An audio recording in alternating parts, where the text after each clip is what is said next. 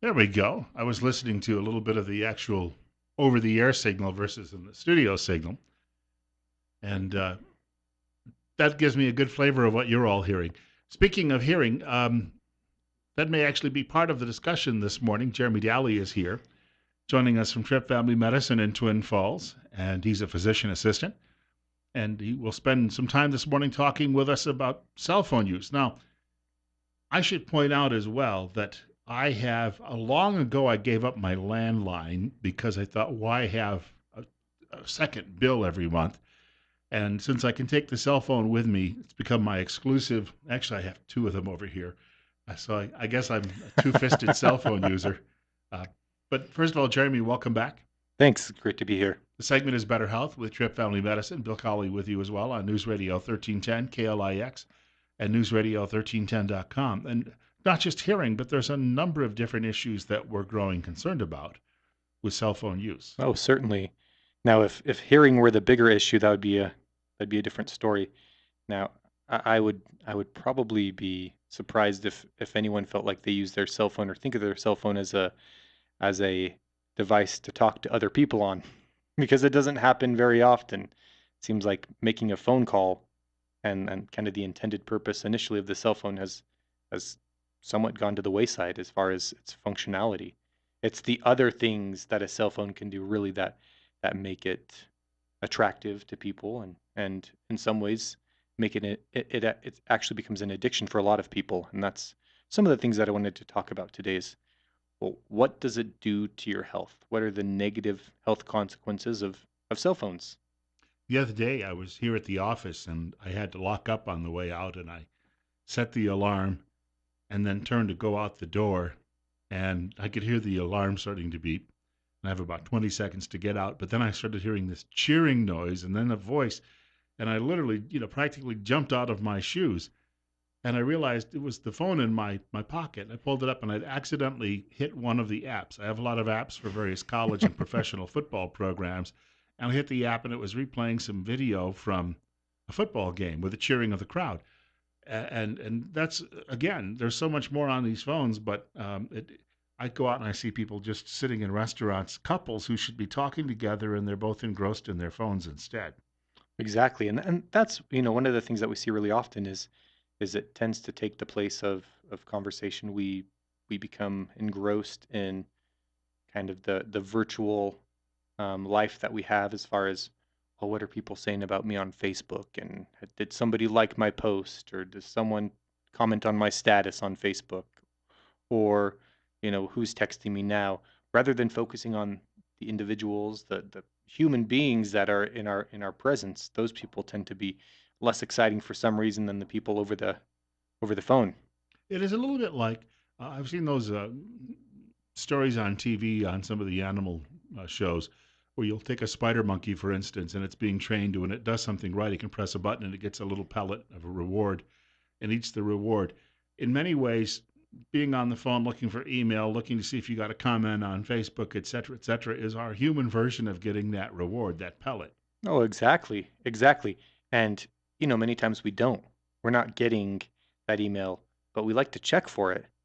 And there's a lot of people. Some of these statistics actually show that people tend to check their phones even when they don't feel a buzz or hear a ring. No prompting. They feel like, oh, I just need to check my phone and make sure, even though I know, the cue that tells me one of those things has come in, make sure that there's nothing there. Um, so yeah, I mean, it definitely can become kind of a concern. Now, in terms of it actually being an addiction, it hasn't met the criteria quite yet, or hasn't been put in what we call the DSM, basically the manual that we use to make psychiatric and psychological diagnoses. And so it's not quite there yet, but researchers are starting to compare it to gambling in terms of what it does to your body. Now think about this. So every time, just like you were saying, you there's that reward for doing a good behavior, and what happens when in terms of the primate that you're talking about. I can't remember if it was a Spider monkey. spider monkey. Okay, so the spider monkey gets a reward for doing some kind of behavior. Well, the food is a reward for sure, but what's a better reward for that spider monkey is what's called dopamine. Your brain is very hardwired to respond to external stimuli. So when something pleasurable happens, when, for instance, you get that reward, you get a text, you get an email, someone likes your status, you get a hit of dopamine. And when you get the hit of dopamine, you feel good. The same thing happens when you're gambling and you win big. Oh man, that was huge. You got so much dopamine there. So what do you want? You want more of it. So you go back and you go back and you go back. And the same thing happens over and over again until it becomes an addiction. And we want that dopamine. We've got more coming up with Jeremy Dalley from Trip Family Medicine here in Twin Falls. It's 8:40, and we're at 68. Bill Colley with you as well on Top Story on News Radio 1310, KLIX, and News Radio 1310.com. Of course, we're going to make things in the next coming months even more difficult for people when we add the app for the radio station. Our guest in the studio, Jeremy Dalley. He is a physician assistant at Trip Family Medicine, which is on Fillmore Street in Twin Falls, directly across from the main post office. Jeremy, if people would like to get in touch with the office because you're still looking for new patients at Trip Family Medicine, Absolutely. how do they go about doing it? Yeah, give us a call at 933-4400 and you can talk to one of the amazing front desk staff. We have some really good ladies working at the front desk. Get a hold of us you can get to know us on our website at tripfamilymedicine.com. On our Facebook page, you can learn more about what we're doing in the community. This week, for instance, for those who are patients with us, we're doing a patient appreciation event at the city pool, right by Twin Falls High School. And if you want to come, RSVP. We're going to have a list, and we're going to have a lot of people there. It's going to be fun. We'll have a good time swimming and have the grills going, make some food, and it's going to be a good time. So Maybe some watermelon. I hope so. I hope so. I'm not sure exactly what's on the menu, but it's going to be good, I'm sure. We were talking about cell phones and some of the troubles that are starting to arise from people's use because they occupy so much of our time, and it's a gadget now. It's like walking. It's the tricorder from Star Trek, if you will, with all of the things it actually does. I read a couple of weeks ago, and I think I've experienced this, maybe not quite to this degree, but people when they forget and leave the phone at home. Now, when I've only owned a cell phone of my own since 2006. Prior to that, I'd have them assigned from work, and I didn't care to carry them around. They only did phone calls and texting back then anyway. And in the beginning, only phone calls. And, it's a work phone, so it was like having, an albatross around your neck. But when I got the first smartphone and I got all these extra things, and now I'll be driving to work, and if I've left it at home, it bothers you to a point where 10 years ago, I never would have thought about this. I have read where the depression that people are feeling is like a heavy loss if they leave the phone behind somewhere. That's exactly right. And there was actually one of the articles that I had read preparing for this was in a Psychology Today article that was written basically on cell phone addiction. And it said that 40% of smartphone users experience anxiety if they leave their device home. And it's enough anxiety to a lot of times spur them to stop whatever they're doing, go back and retrieve that phone because, heaven forbid they would go a morning or to the store without having a phone just in case they may need it at that moment. And, I think that becomes a problem. Now, in terms of some of the things that to look for, and this isn't, like I said, this isn't anything as far as if you have these, you have a cell phone addiction. But, I think it's a good way, kind of a litmus test for yourself to say, do I use this more than I should? Is it having negative health consequences? So definitely some of the questions that one of the articles that I'm referring to was asking is there a need to use a cell phone more and more often in order to achieve the same desired effect? So kind of like a drug, right? Mm-hmm. Persistent failed attempts to use cell phones less often, trying to quit but can't do it. Preoccupation with smartphone use. Turns to cell phone when experiencing unwanted feelings of anxiety and depression. So almost like you would with any other kind of drug, right? has put a relationship at risk or job at risk due to excessive cell phone use. Tolerance. You need a new one. You need the better one. More applications, more use. Withdrawal. So when the cell phone is gone or it's unreachable at that time, is there anger, tension, depression, restlessness, irritability? This, I would think, is affecting every age group, though, too, because even though I didn't have, I mean, I'm a latecomer to this technology, and even the smartphone, I didn't get one until 2012, simply because at work they told me that I should have it versus the old, just I had the old straight flip Mm-hmm. phone with text and calls. But I got a promotion, and somebody said we want you to have this, so essentially they can be in touch with me wherever I happen to go. I would think that among younger people who've grown up with this technology, some of these symptoms are worse. But I got to be honest with you, I see plenty of people who have white hair sitting at restaurant using these things and constantly checking them. Yeah, I think it's a problem among all generations. There's no question about that. And you see, one of the things that I see that to me is just it blows me away is people will come into the office and they can't put down their cell phones. And it's all generations. It's not just your tweens and teenagers that have to constantly be updating their social media profile pictures and things like that. The selfie generation, so to speak. It's all walks of life. It's men, women, children. They won't put their cell phone away. And sometimes I have to specifically ask them to put their cell phone away because, at that time, let's focus on what we're doing right here. I Let's need you to cough right now. Put that phone down. Well, some of the statistics, things that I'm not going to share today, I mean, it would really surprise, I think, a lot of people in terms of when people are using their cell phones. So it's interesting. The difference is, though, I think between people like you and I who grew up, our formative years were without cell phones. I didn't get my first cell phone until I was into my college years, which is pretty young to get a cell phone, I think. Um, but still, until then, I had not had a cell phone. You know that you can live without it. You've lived without it before. There's no question that the world functioned really well prior to the age of cell phones. Maybe even better. Maybe even better. Well, I remember watching a movie, and want to point out we're at 10 minutes away from 9 o'clock. Jeremy Dalley is our guest. He's a physician assistant with Trip Family Medicine in Twin Falls, and we're at 70.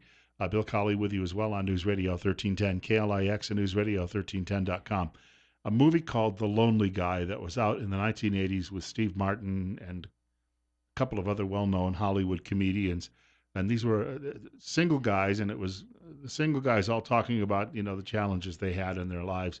And Steve Martin goes to a restaurant alone. And because he's very uncomfortable, this is pre-cell phone era. He's alone. He's uncomfortable, so he pretends to be a food critic. That's why he's eating alone. He doesn't want to pretend that he's just alone.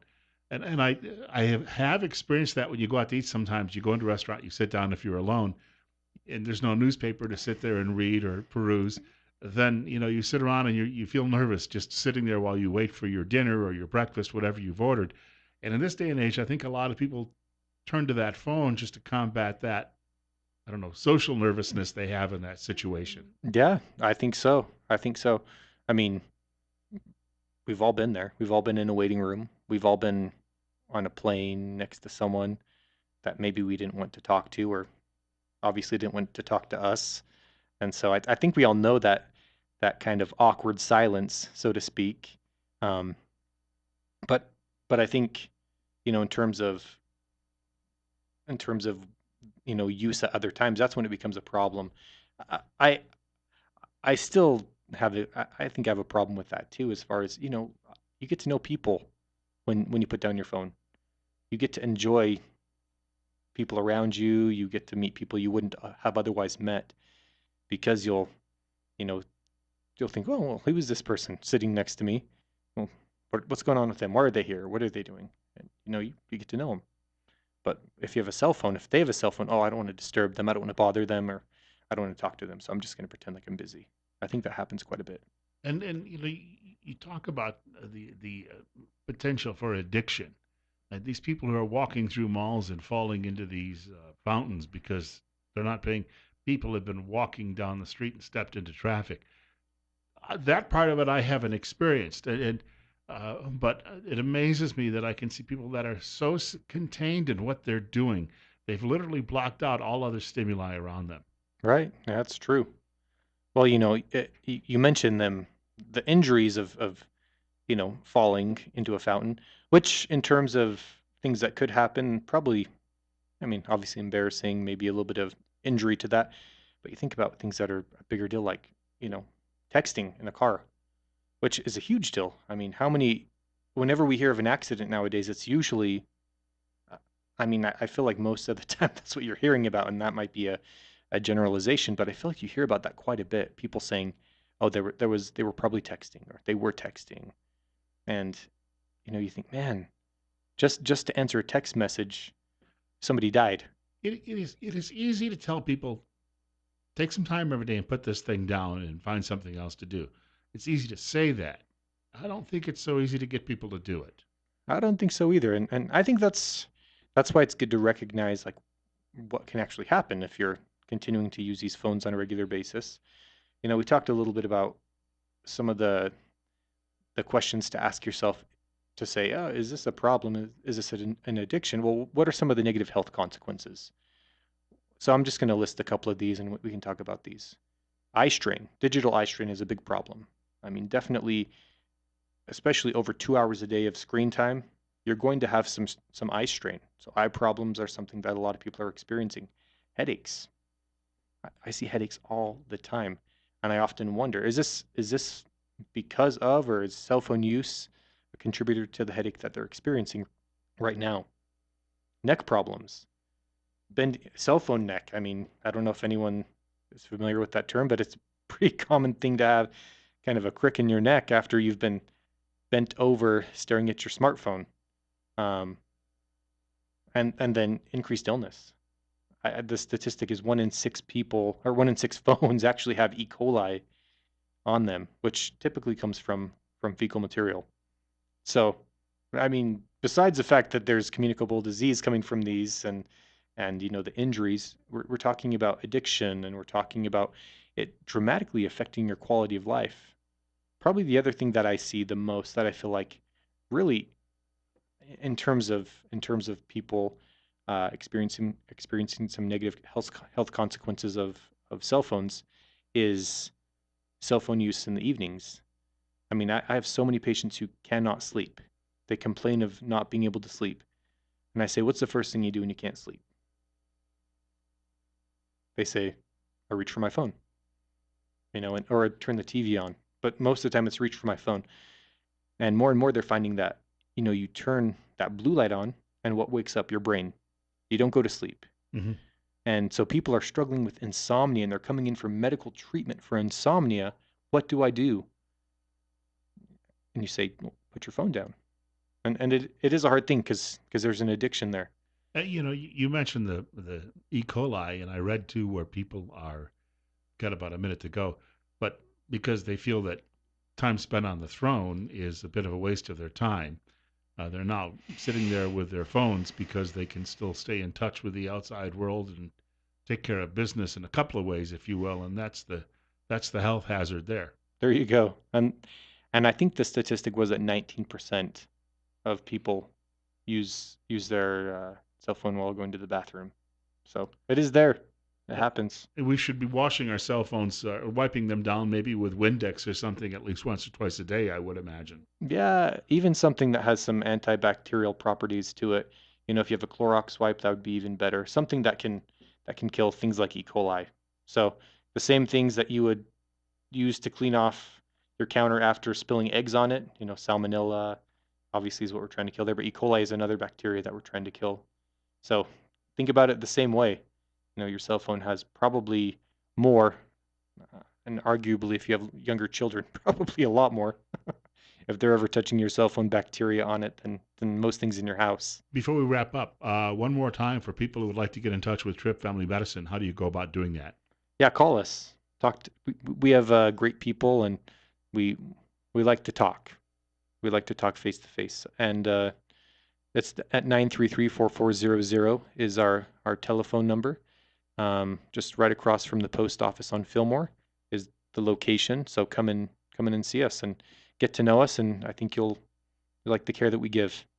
And we want to thank Jeremy Dalley for dropping by today. We'll see you again sometime soon in the rotation. It's like dealing with a starting pitching staff. Uh, we have a number of different people who come through, but every once in a while, when somebody else is ill, you get to pitch 2 days in a row. Every now and then. We've got news coming up in just a couple of minutes. Bill Colley with you as well on Top Story on News Radio 1310 KLIX and newsradio1310.com. An hour left of our program. In fact, in the next hour, we're going to talk a little bit about a lawsuit filed by Idaho Democrats against the state, saying that the state shouldn't comply with a request for voter registration data, even though the lawsuit has been filed while the federal government has backed down and said, well, we're going to pause the request. We've got more on the way.